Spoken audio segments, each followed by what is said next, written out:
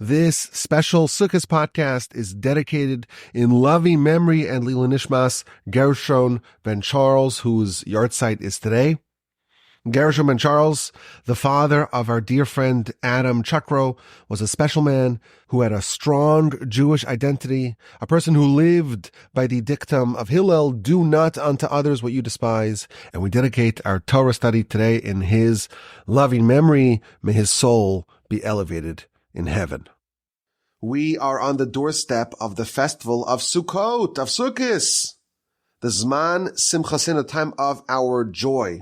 Immediately following Yom Kippur, we begin the preparations to build a sukkah, to assemble our four species, and to prepare for this other festival that comes very much in the wake of Rosh Hashanah, 10 days of repentance, and Yom Kippur. This is a 7-day festival.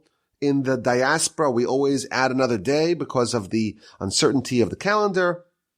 And right after the festival of Sukkot, appendaged to it, you have Shemini Atzeres, which is technically a different festival, but because it's all bunched together, it's oftentimes just viewed as one big amalgam of celebration. So if you do the math, we have 7 days plus the 8th day, Shemini Atzeres, plus we add another day in the diaspora. We have 9 days of festivities, of joy, of celebration upcoming. So we're going to build a sukkah, the temporary dwelling. We're going to assemble the four species, the lulav and the esrog. We're going to coincide this all with the conclusion of the Torah. We're going to read the last installment of the Torah, the last parsha, Mezos HaBracha, on Simchas Torah, and we will begin the next cycle of the Torah with Bereshis. We're going to dance and celebrate, and then we're going to have effectively the whole winter without really any celebrations, certainly not of Torah origin. Of course, we'll have the festival of Chanukah, but this is where the festival season really is at its peak. And what I wanted to stress today is what I think is maybe the most fundamental aspect of the festival of Sukkos. It's a very deep idea. It's maybe a bit more advanced than usual. It's an idea that really centers around this festival. It explains why it's connected or how it's connected to the festival of Yom Kippur. It shows us what we're supposed to do and focus on this festival. But it's also an idea that really should accompany us throughout the year. And that, in fact, is true with every festival. Every festival has its core concept, its core insight, its core theme. And that's supposed to be really focused upon during the festival. But it's also imperative to perpetuate this throughout our year. So one idea, of course, of the sukkah, Talmud tells us, leave your permanent dwelling, abandon your climate-controlled, luxurious home, and spend 7 days in the temporary dwelling, in the rickety booth, in the gazebo for 7 days. And then you could go back to your home. Sit in this structure. It's got to have at least 3 walls. It's covered with schach, which is trees or branches, something which has grown from the ground but has been severed from the ground. And when you spend 7 days in the sukkah, in a clearly temporary state, when you go back to your permanent home, you should also remember that your permanent home is also temporary. And your life here is all temporary. And think about what really is permanent, i.e. your soul. That's one of the major themes of this festival. And it's really the major theme of life here. We got the body, we got the soul. One's permanent and one's temporary. And our dilemma and our challenge and the maelstrom in which we are thrust into in life is to choose which world we want to prioritize. This world, the world of the body, or next world, the world of the soul. And when we focus on the temporality of this world for 7 days, it reminds us that really there are only gradients of temporality. Our permanent home, well, how permanent is it really? In 100 years from now, someone else will be living there. And we will be elsewhere. And in truth, that same mega theme is done twice a year. For 7 days, we sit in the sukkah, and for 7 days, we eat the matzah. And these are exactly equidistant from each other, exactly half a year, the 15th day of Nisan and the 15th day of Tishrei. Exactly half a year from each other, we spend 7 days existing on a temporary plane and reminding ourselves that our body and its agenda and its tenure, it's all temporary. And our soul is what really matters, and we hopefully will take that lesson with us throughout the year. But today I want to focus on the festival of Sukkos from a bit of a different angle. Yes, the Torah tells us that we have to dwell in these booths in the sukkah for 7 days. And the Torah gives us a reason. Why must we sit in the sukkah for 7 days? Leviticus chapter 23, verse 44. L'man yedu dorosechem, so your future generations will know. Ki basukos, because in Sukkos, in these booths, Hoshafti is Bnei Yisrael, Botzi Osam Me'eretz Mitzrayim. God gave us Sukkos. When? When we left Egypt. When we left Egypt, we dwelled in these temporary dwelling places. And therefore, when we today, in the 2020s, when we sit in the sukkah, we're simulating what our nation did 3,300 plus years ago. We sat in sukkahs then. We're going to sit in a sukkah now, and we're going to remember the Exodus. And thus, there's again another symmetry between the festival of Sukkos and that of Pesach, because they're both about experiencing what our nation did in the Exodus and the aftermath. Well, what did we eat in the aftermath of the Exodus? We ate matzah. We baked those matzah. We had no time for the dough to rise. Okay, so let's eat matzah and remember the Exodus. We sat in sukkahs. They might have made for us a sukkah in the aftermath of the Exodus. When we left Egypt, where did we live? In temporary dwelling places. And therefore we do the same now, 3,300 plus years ago, to remember the Exodus.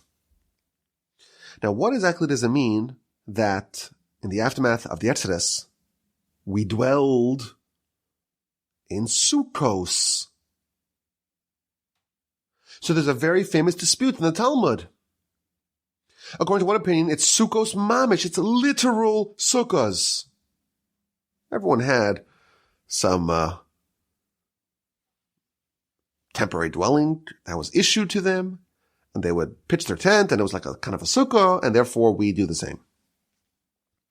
However, the opinion featured in Rashi and the opinion cited in the Shulchan Aruch is that the Sukkos, these temporary dwelling places that are featured in the verse that we lived in the aftermath of the Exodus, they are anane kavod, clouds of glory. After the Exodus, the Almighty surrounded us in a sukkah. Well, what does that mean? In a cloud of glory. Really, it's clouds of glory. There were 7 different clouds. One below them. One north, south, east, west, in all 4 directions. One above them. They were in a cube, a cloud cube. And there was a 7th cloud that was the scout, that was preparing the way for them. It was traveling ahead of the nation. And it would flatten the mountains and fill in the valleys and get rid of any pests, any snakes or scorpions along their way. These 7 clouds, they were featured in the aftermath of the Exodus. And these are called Sukkos. And as a result of that, we're supposed to sit in a sukkah now, 3,300 plus years later. Now, of course, everyone's trying to figure out, wait a minute, clouds of glory, I get it. But what does my sukkah have to do with the clouds of glory? It's not immediately clear what the connection is. But it does definitely elevate the experience. That there's supposed to be some sort of overlap between what we're experiencing when we walk into our sukkah that's in some way resembling what the nation experienced when they were enveloped by clouds of glory. Now, to break open the subject, we have to ask a very fundamental question. The Jewish people left Egypt, and lots of miracles happened. They ate the matzah, which we're told in Talmud that tasted like the manna. They traveled very fast outside of Egypt. They were surrounded by clouds of glory. The manna started to descend. They got the Torah. They had the war against Amalek. Lots of things happened right after they left Egypt, splitting of the sea, of course. When did we eat the matzah? Right with the Atzeres, we ate the matzah. So, in the month of Nisan, the month of the Atzeres, that's when the festival of Pesach is, and that's when the festival of the matzah is, and that's when we eat the matzah. Because on that day, 3,300 plus years ago, we ate the matzah in the aftermath of the Atzeres. When did the nation begin to be surrounded by the clouds of glory? Well, the verse tells us, right when they left Egypt, there were clouds that surrounded them. A cloud by day, a pillar of fire by night, which our sages tell us, it was still the clouds, but they were tinted red. You know it's nighttime. The only way they were so hermetically sealed from their environment that when the clouds were white, they knew it was day. When it had a reddish tint to it, they knew it was night. And that happened when? That happened the month of Nisan. So why are we reenacting, whatever that means? We don't know exactly how our sukkah resembles the clouds of glory. But why are we reenacting the clouds of glory now? It's a half a year since the time of the Atzeres. Why do we celebrate Sukkos a half a year after the events that we are reminding ourselves of, that we are commemorating? The Almighty gave us clouds of glory. When was that? Clouds of glory were in Nisan. So we should sit the Sukkah in Nisan. Have one mega festival, 7 days of eating matzah in the Sukkah to commemorate all the miracles that happened with the Atzeres. That would be appropriate. But this point of the year, it's like the furthest point from Pesach, from the Atzeres. Because it's a half a year before and after the events that it's commemorating happened. Why is now the appropriate time for Sukkos? This is a very fundamental question. A very basic question. If you tell me, as Rashi does, as the Talmud does, that the Sukkos that we are sitting in, that's to remember. What? Why? L'man yedu dorosechem, the verse tells us, so that your future generations shall know that we sat in the clouds of glory. Well, when was that? That was 6 months ago. So Rosh Hashanah, that is the same day that God was originally coronated. Adam was created. And he coronated God, and that's why we have the festival Rosh Hashanah on that day, the first day of Tishrei. And the 10th day of Tishrei, Yom Kippur, it's the exact same day that Moshe came down with the second set of tablets. The people were forgiven for the sin of the golden calf. And therefore, that's the day of atonement and forgiveness. Fast forward a little bit into the future, we have Chanukah, the 25th day of the month of Kislev. That is when the temple was reinaugurated. With the Hasmoneans, they defeated the Greeks, and so on. It's exactly that day, and that's what the day that we have the celebration. Purim, same thing. Pesach, same thing. Shavuos, we got the Torah, that day. The only festival, apparently, that commemorates a previous event that's not on the same date of that original event is Sukkos. We're sitting in the Sukkah to remember the clouds of glory, which happened a half a year ago. Or a half a year in the future, depends how you want to look at it. A long time ago. We're literally at the point of the calendar that's furthest away from the events that happened, that we are commemorating. That is a very powerful and fundamental question. And it's a very famous answer, courtesy of the Gaon of Vilna. And what he does, he's going to completely reframe and fundamentally upgrade our understanding of the clouds of glory and the festival of Sukkos and exactly what's happening over here. He tells us the clouds of glory, actually, the 15th day of Tishrei, the first day of Sukkos, that's when the clouds of glory happened. How so? So he tells us. Yes, the nation, when they left Egypt, were surrounded by clouds of glory. True. And when they traveled, they got the manna, and they had the war against Amalek, and they got to Sinai, and the clouds of glory are all there. 40 days after the revelation at Sinai, there's the sin of the golden calf. And Moshe descends from heaven with the first set of tablets and shatters them on the ground. The nation, really, they're supposed to be destroyed. Moshe intercedes and he prays, the nation is spared. But their status has been diminished. The Talmud tells us that they were like Adam before the sin. They had purged themselves of any vestiges of the venom of the serpent. But everything came back. They were lowered. They were depressed. They were spiritually diminished. They no longer had the tablets. And they no longer had the clouds of glory. The clouds went away. They were rendered undeserving of the clouds. And they lost them. Now Moshe goes up to heaven a second time to pray. He goes up to heaven a third time on the first day of Elul. This time God tells him, bring with you stone tablets. We're going to give you a second chance. After 40 days, the third time, Moshe's in heaven, he comes down with the second set of tablets on Yom Kippur. God has forgiven the nation. The next day, it's a very important day. L'machras Yom Kippur, the day after Yom Kippur. Moshe gathers the nation. And he tells them it's time to build the tabernacle. And we need to collect all the different materials. Gold, silver, copper, and so on. Different types of wool, different types of skins, different types of wood, oil. The fundraising mission. And the people respond to the call. So the 11th day of Tishrei, they were told to make this contribution. The verse tells us that there were 2 days of contributions.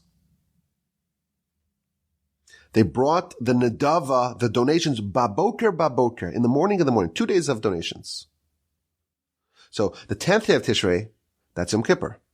The 11th day, that's when Moshe makes the announcement, what we're doing, fundraising. The 12th and the 13th, that's when they actually donated. On the 14th, they have all the materials. Moshe now appoints the people to build it. So, Betzalel and Ahaliav and all the Chacham Lev, all the people who have wise hearts, now they're getting arranged and appointed to start building.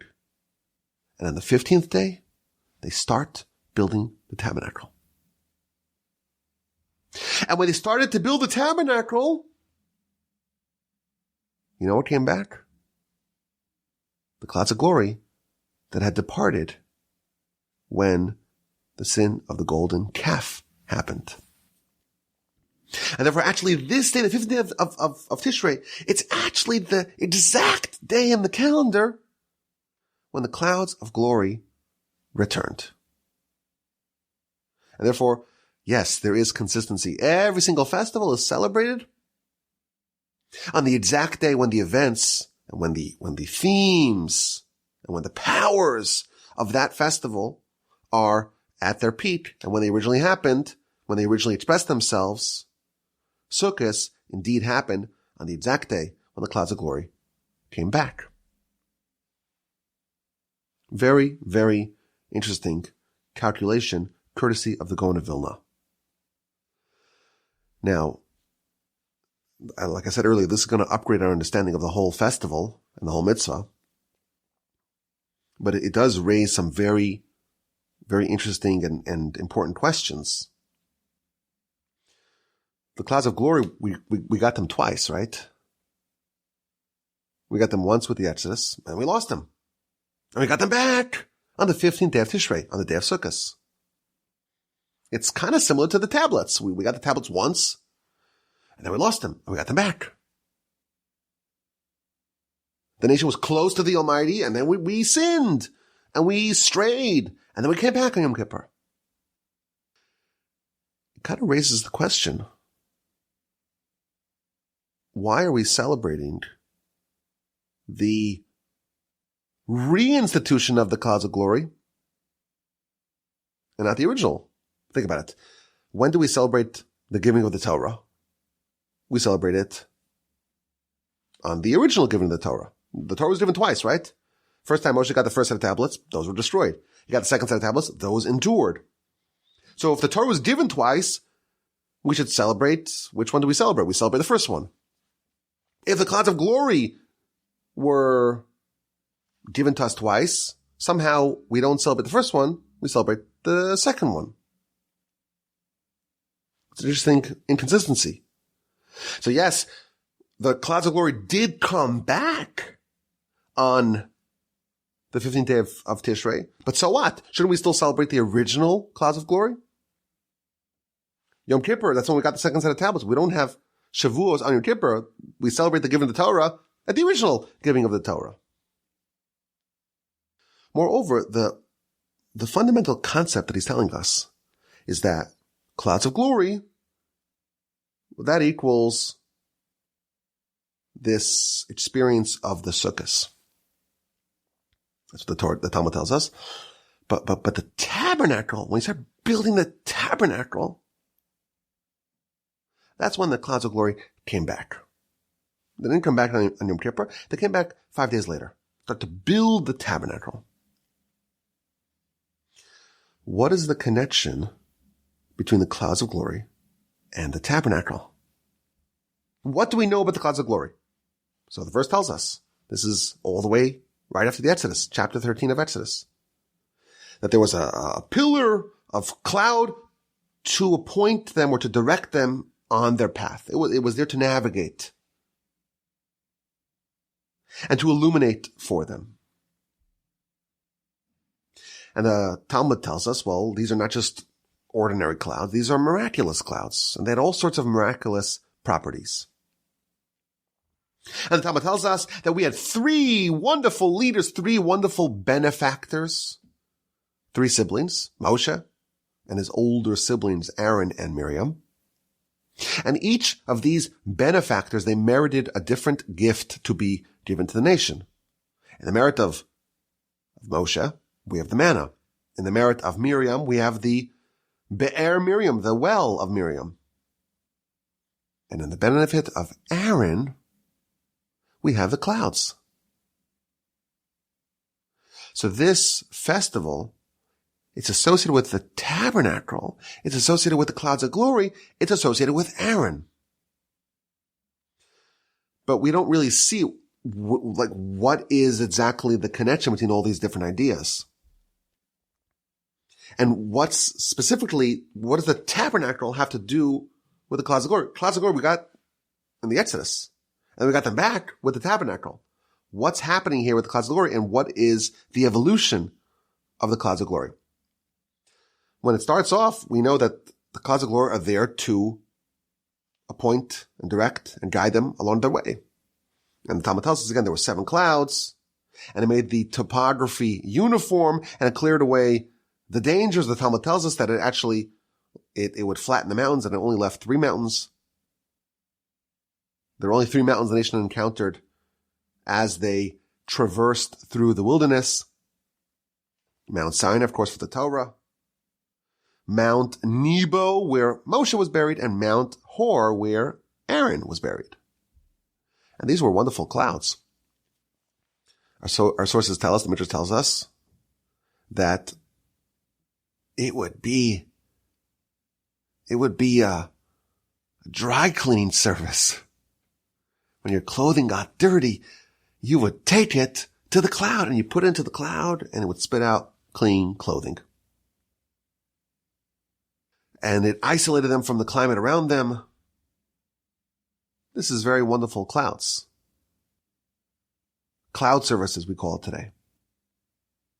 By the way, I will tell you, a lot of people ask the question, how come there are no physical remains from the 40 years in the wilderness? If it actually happened, where's the archaeology?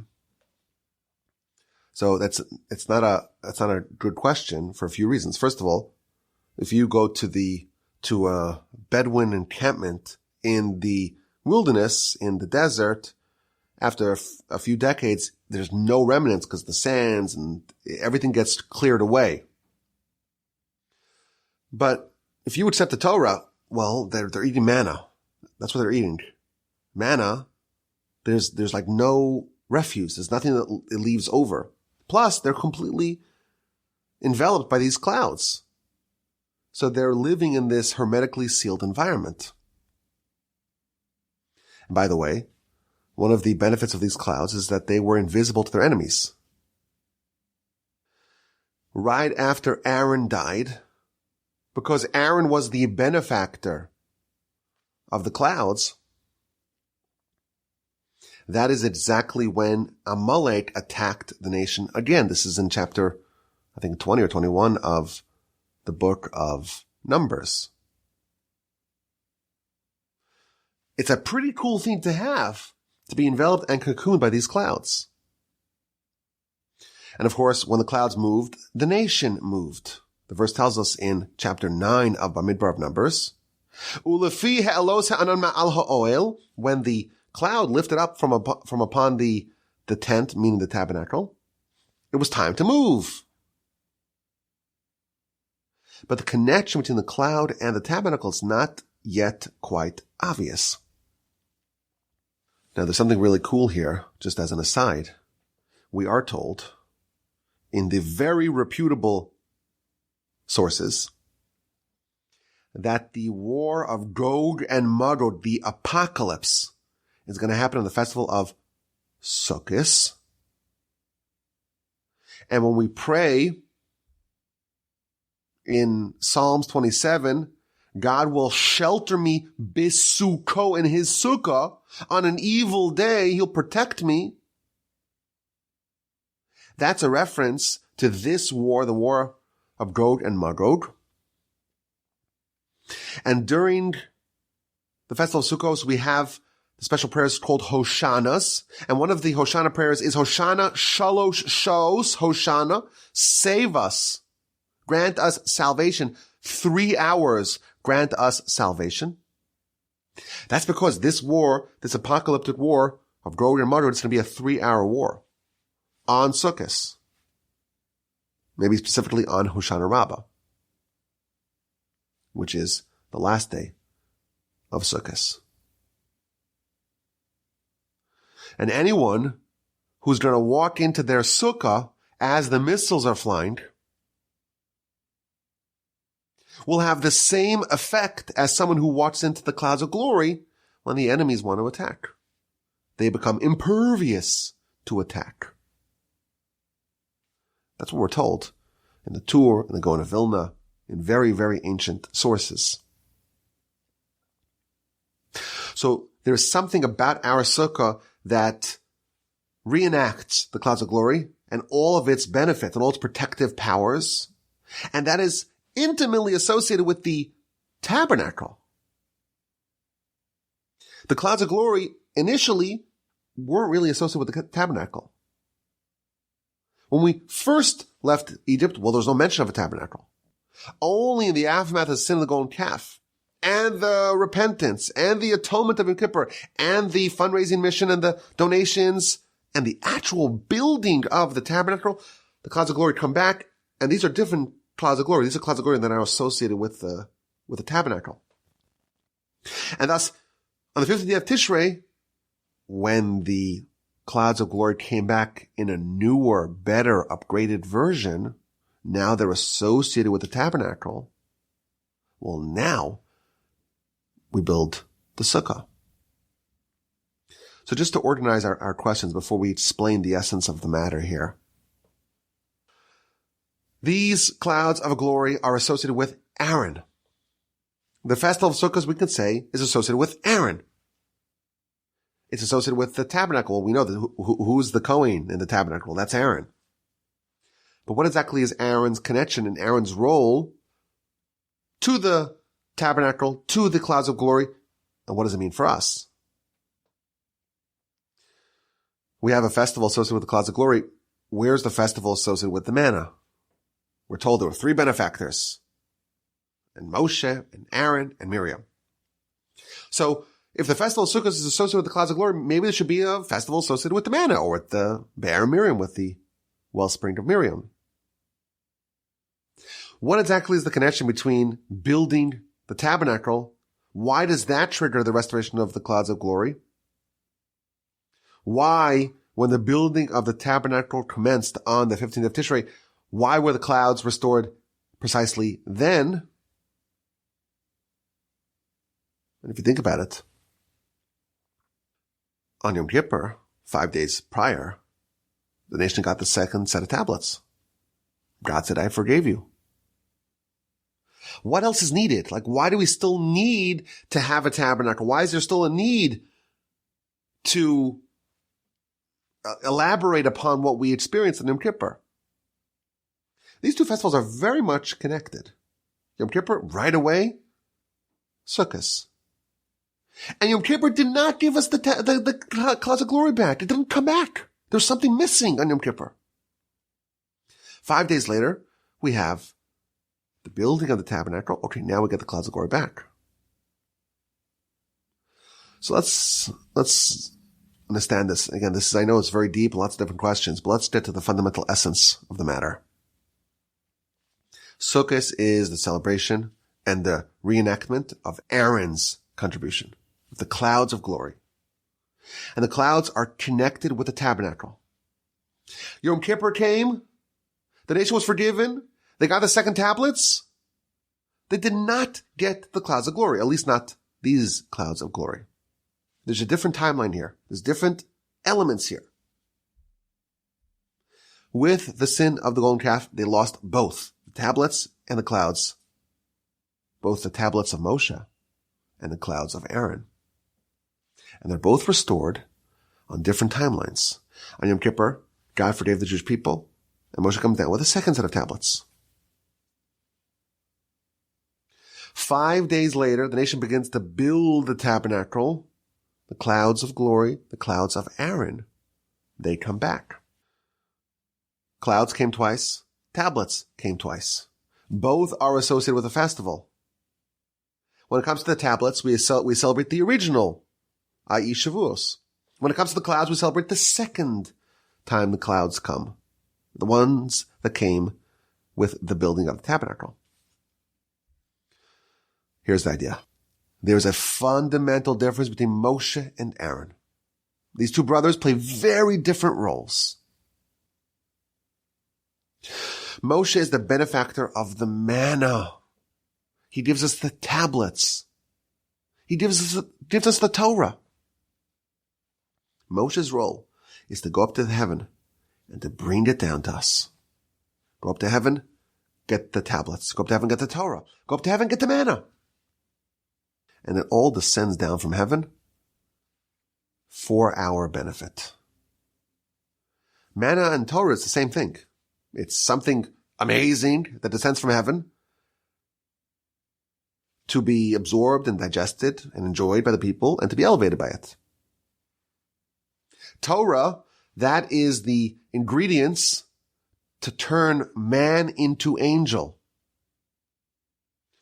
Manna is lechem abirim. It's the food, the bread of angels. The experience of eating the manna transformed a person from a beast, from a human, to an angel. And that's Moshe's role, to drop down from heaven, to parachute from heaven, the wonderful properties and the wonderful abilities to elevate and transform a person. And by the way, we do have a festival of the manna. It's called Shavuos. We do have a festival to celebrate that. That's when we got the Torah. The Talmud tells us, Lo nitna Torah ella la'ochlei aman. The Torah cannot be given to anyone aside from those who ate manna. The celebration of the Torah is a celebration of the manna as well. It's a celebration of something thanks to Moshe, something glorious and wondrous that descends from heaven in Moshe's merit. And it's for us, and for us to experience, to absorb, to digest, and to be transformed as a result. Aaron has a very different job. Aaron has a different role to play. Aaron, he is there to make sure that the inspiration gets filtered out throughout the nation. Moshe gives us the manna. Aaron makes sure that we eat and chew it properly. He distributes it to us. The way I like to think about this is Moshe, his role is vertical, to take the divine inspiration and drop it down to us. Aaron's role is horizontal, to take what Moshe dropped to us and make sure everyone gets it and everyone's elevated on their level. By way of analogy, we know that the vessels in the tabernacle, they each represent a different idea, a different element. There are 3 vessels in the tabernacle that have crowns around them. The ark has the crown of Torah around it. The table has the crown of the monarchy around it. And the inner golden altar has the crown of the priesthood around it. And everything symbolizes some important element. It's been observed that there are 2 vessels that represent Torah. The aforementioned ark. Well, the ark, it's got the crown of Torah around it. And inside the ark, well, there's the tablets. Both sets of tablets. And inside the ark is next to the ark, is the Torah scroll that Moshe wrote. So the ark is very much associated with the Torah. But guess what? So is the menorah. The menorah is about the illumination of the Torah. And the sources all agree upon that. So wait a minute. Which one is symbolic of the Torah? Is it the ark that houses the tablets of Moshe? Or is it the menorah that Aaron kindles? And the answer is both. Moshe's role is to take the Torah from heavens and bring it down here. Aaron's role is to take the Torah that Moshe brought here and to illuminate in every direction to every person, to every soul, to every heart. Moshe is vertical. Aaron is horizontal, and they're complementary. They're both needed, really. One is to actually extract the wonder and the delight and the joy and the transformation from heaven and to bring it here. But Moshe doesn't do house calls. He doesn't make sure that everyone gets what they need. That is Aaron's job. That's the menorah. To create an environment here where everyone is uplifted. Moshe is like, drop the manna, you gotta go find it yourself. Drop the Torah, you have to go study it yourself. You have to retrieve it, you have to collect it yourself. Aaron's role, Aaron never went up to heaven, as far as we know. His job is not to bring anything down from heaven. His job is to take what Moshe brought down from heaven and to make sure everyone gets what they need. To create an environment where the power of the Torah can be experienced by all. To make it real and powerful and enduring in this world. Aaron does do house calls. Takes what Moshe delivered and makes sure that everyone gets what they need. Feeds the people. Moshe, he does the big trip from heaven here. Aaron does the last mile. And we're told that Aaron, well, he's the benefactor in whose merit we got the clouds. Which direction do the clouds go? They travel horizontally. They're always with us. They don't drop down from heaven to us. They're surrounding the nation and making sure on our dimension they're moving with us in a horizontal, Aaronic fashion. And something very fundamental happened. Something changed. There was a big adjustment that happened. Moshe had two sets of tablets. The first set of tablets and the second set of tablets. The first set of tablets were destroyed. The second set of tablets endured. Were these tablets identical? Well, the Torah says that God will write on the second tablets what were written on the first tablets. V'chasavti al haluchos, I will write on the second tablets, es hadvarim, the words that were on the first tablets, asher shibart, that you shattered. So on one level, they're the same. However, there's a big difference. The first set of tablets were crafted and hewn by God and written upon by God. The second set of tablets, God tells Moshe, Psal lecha shnei luchos v'nim, you make the stones and I'll write on the stones. Tablets 1 were completely the handiwork of God. Tablets 2, well, it's partially done by God. The writing is done by God, but the stone tablets were hewn by Moshe. So if you were to ask the question, what's the difference between first tablets, second tablets? First tablets are completely godly. And those were shattered. Moshe shattered that. And Moshe got tablets 2.0, but they're a lower level. We got two sets of tablets. We celebrate the first one, the more powerful one, the more elevated one, the Shavuos one, not the Yom Kippur ones. That was Moshe's adjustment. Aaron had an adjustment as well. Clouds of glory, we got them twice. The original clouds of glory and the new clouds of glory that come with the building of the tabernacle. Are they the same clouds of glory?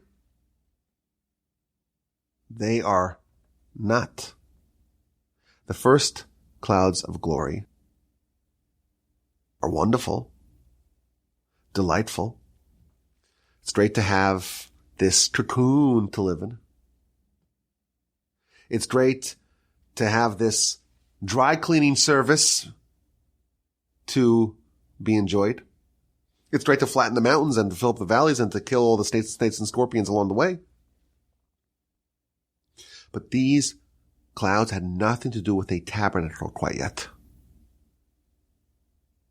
The clouds were clouds. Glorious clouds, certainly. But they were transformed and elevated when they came around the second time with the building of the tabernacle.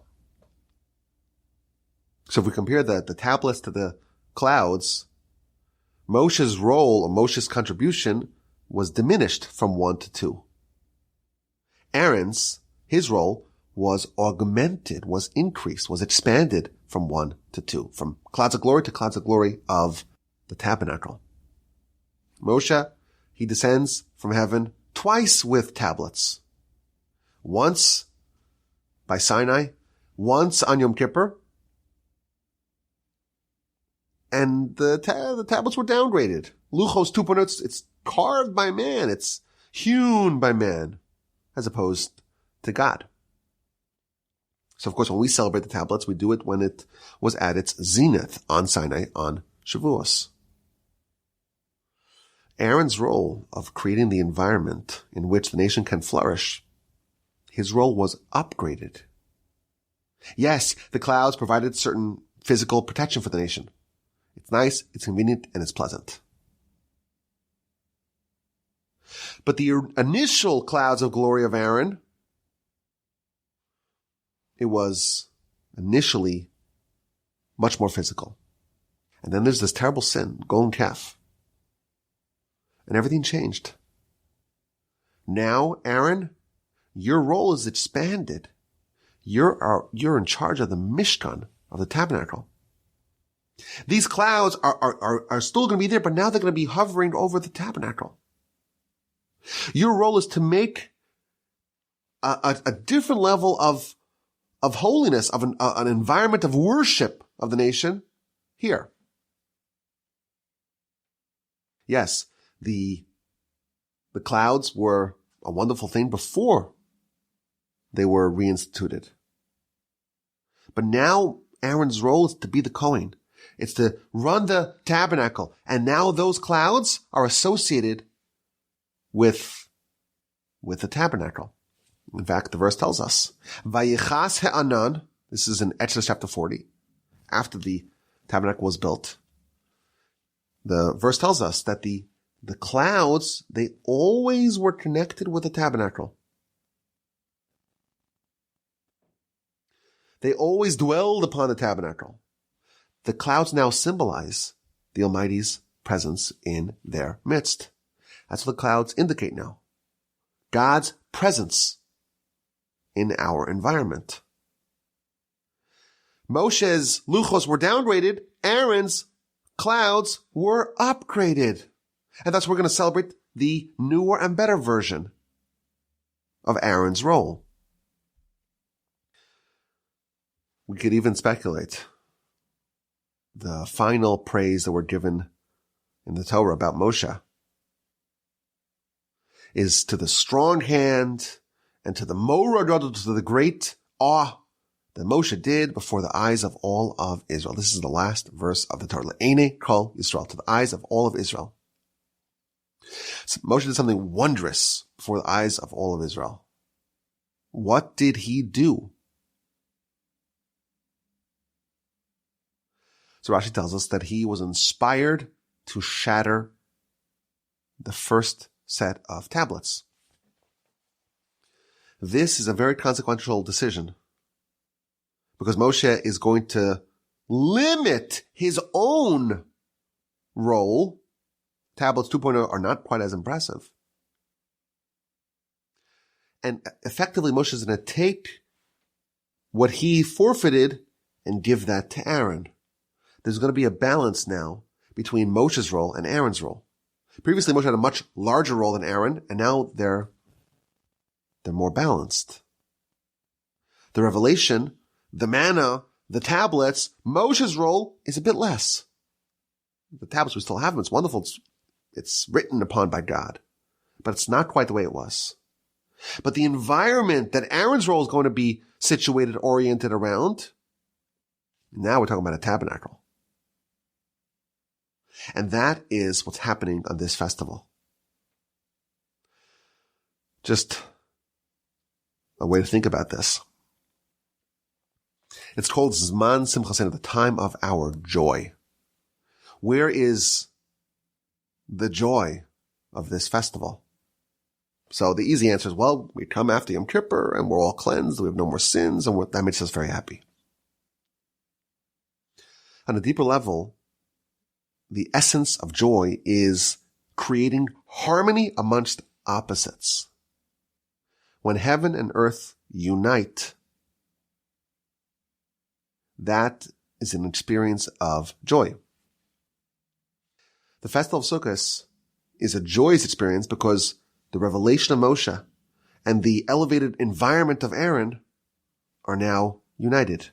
Moshe and Aaron, their roles are now balanced. The tablets and the tabernacle / clouds of glory have now come together.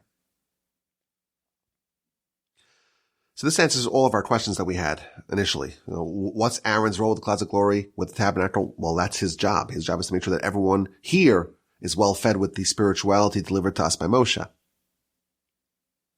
And yes, we do have a festival of the manna. That's called Shavuos. That's celebrating Moshe's role. The fact that something can come down from heaven and be given to us. The building of the tabernacle, that is the expansion of Aaron's role. That's the expansion of the clouds of glory. And we celebrate Aaron's role, Aaron's new and expanded role, with the festival of Shavuos. Now, these ideas are very powerful and very deep and very profound ideas. But it shows us what is happening here on these days. Yom Kippur is a Moshe experience. God descends, so to speak, from heaven, whatever that means, and says, I have forgiven you. And Moshe comes down with the second set of tablets. It's us absorbing this incredible outpouring of divine power and vitality. It's the festival of Moshe. It's a version of Sinai, really. It's maybe a bit more diminished version of Sinai, because the tablets 2.0 don't quite match up to tablets 1.0, but it's a Moshe experience. Immediately after that, we have an Aaron experience. With the holy revelation of Yom Kippur, it's time for us to take that and create an environment in which we live. Take this revelation and translate this into our lives. Build a sanctuary for God in our heart.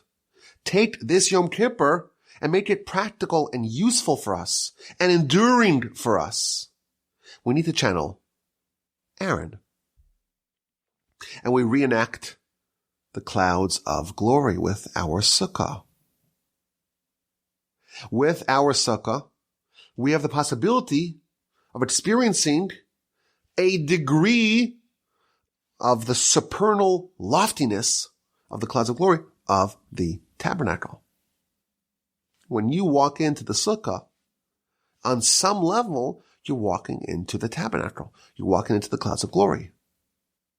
Which is why the halacha says you have to have a certain presence of mind when you walk into the sukkah. You can't be lightheaded, in the words of the sources. You have to sit be'ema u'be'yira, with seriousness and with awe. And you can just be the chit-chat. You're like in the temple on some level. This is the experience of integration. What we experience in Yom Kippur, we want to find a way to filter it into our lives. And there is a very ancient and widespread tradition to invite 7 shepherds to our sukkah. Now, what does that mean? The 7 shepherds, the 7 ushpizim. What does that mean? It's to invite the 7 great leaders of our people, shepherds of our people, to come to us in our sukkah to hang out with us. Day 1, we invite Abraham. Day 2, Isaac. Day 3, Jacob. Well, that makes sense. Day 4, Joseph. Then Moshe, then Aaron, and then King David. What are they doing in our sukkah? The experience of the sukkah is to take our environment and to transform it, just like the clouds of glory did, just like Aaron did, just like the tabernacle did. And we're trying to do the same. We're inviting these people who have so much to teach us. We're inviting them into our orbit. We're trying to create an environment in which the powerful inspiration and revelation that we received in Yom Kippur, that we received courtesy of Moshe, now let's find a way to integrate that into our lives. And the last day of Sukkos, the last prayer that we say, we pray to sit in another sukkah, the sukkah of the Leviathan. Now, what does that mean? I don't know exactly what it means, but it's a reference to a very different type of living. When there is a full merger, a full bonding of Moshe and Aaron within us, where we take all this incredible revelation, the Torah, the tablets, the manna, and fully integrate it within ourselves, that world is called Messiah. And we're told on some level that there's going to be we're going to experience the Leviathan, whatever that means. But that's going to be an experience where this elevated life, where my guests are Moshe and Aaron and Abraham and Isaac and Jacob and Joseph and David, that's not just a 7-day experience. That's who we are. That's how we live. That is what we're trying to do. We're trying to achieve on Sukkos. Now, it does fit in very nice. It does dovetail with the initial idea that we said, to realize that our life here is temporary, and to focus on the permanent self, on our soul. Well, what does it look like if you're living as a soul? Well, that's Messiah. That's Aaron. That's the tabernacle. That's a life of the clouds of glory. We once had a 40-year experience of this in the halcyon days of the wilderness. We lived like angels. We ate the manna, the food of the angels, the bread of the angels. And what did we do all day? What was our passion and pastime? It was the Torah. We were living like angels. We had Moshe and his Torah with Aaron and his delivery of the Torah to us. And we were angels, effectively angels, eating the manna. Our job is to recreate that. You go into Israel and suddenly all the miracles are no longer there. And we are tasked with recreating that without being given the divine assist, so to speak, of the manna and the clouds of glory. Recreate the status and the experience that you had in the wilderness. And that's what we're trying to simulate here for 7 days, because we hope to have this permanently in the Leviathan, with the Sukkah of David, with the restoration of our national glory, with the coming of the Messiah. That's what we're trying to do. And it's very elevated and very profound and a bit arcane, perhaps. But that's our job.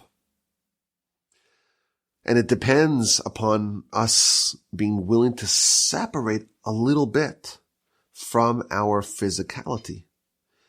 There is a zero-sum game here. Body and soul are zero-sum. To the degree that we expand the role of our soul, we are diminishing the role of our body. To the degree that we're willing to depart from not just the temporary house and a temporary life, but everything that is associated with a temporary world, with a temporary universe, that is the degree that we're creating the space for a permanent self, for our soul to flourish within ourselves. That's the experience of Sukkos. Moshe delivered to us on Yom Kippur a bounty of elevation. Now it's time to make that real within us. And to the degree that we do that, we're channeling the Aaron role, the Aaron experience, the tabernacle, the clouds of glory, filtering it within ourselves, digesting it within ourselves. To the degree that we do, we're tapping into the power of Sukkos, and we're experiencing the joy of Sukkos. And please God, this will be a prelude to the future time where we will dwell in the Sukkah of the Leviathan. May we all experience a joyous Sukkos, a happy, healthy, safe one. May we experience a little bit of the joy and of the delight and of the elevation that is present inside our Sukkah. And hopefully we'll be able to take some of those values and those achievements with us throughout our year and throughout our lives. I appreciate your attention and for listening to this. I know it's a little bit more elevated and subtle than we typically do. That's okay. It's a new year. We can handle it. But if you want to send me any comments or questions or feedback, my email address is rabbiwolbe@gmail.com.